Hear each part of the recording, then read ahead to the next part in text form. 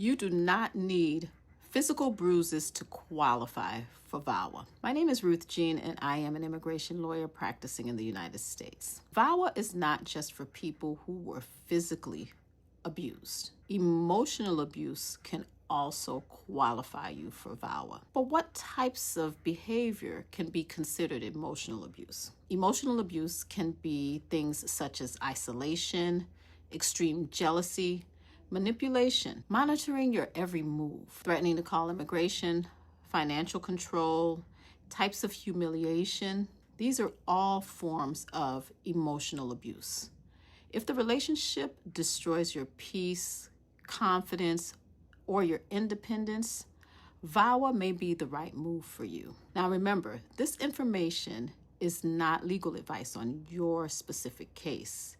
If you think that VAWA is the right move for you and you would like to consult with us, you can reach us at 954-278-9332.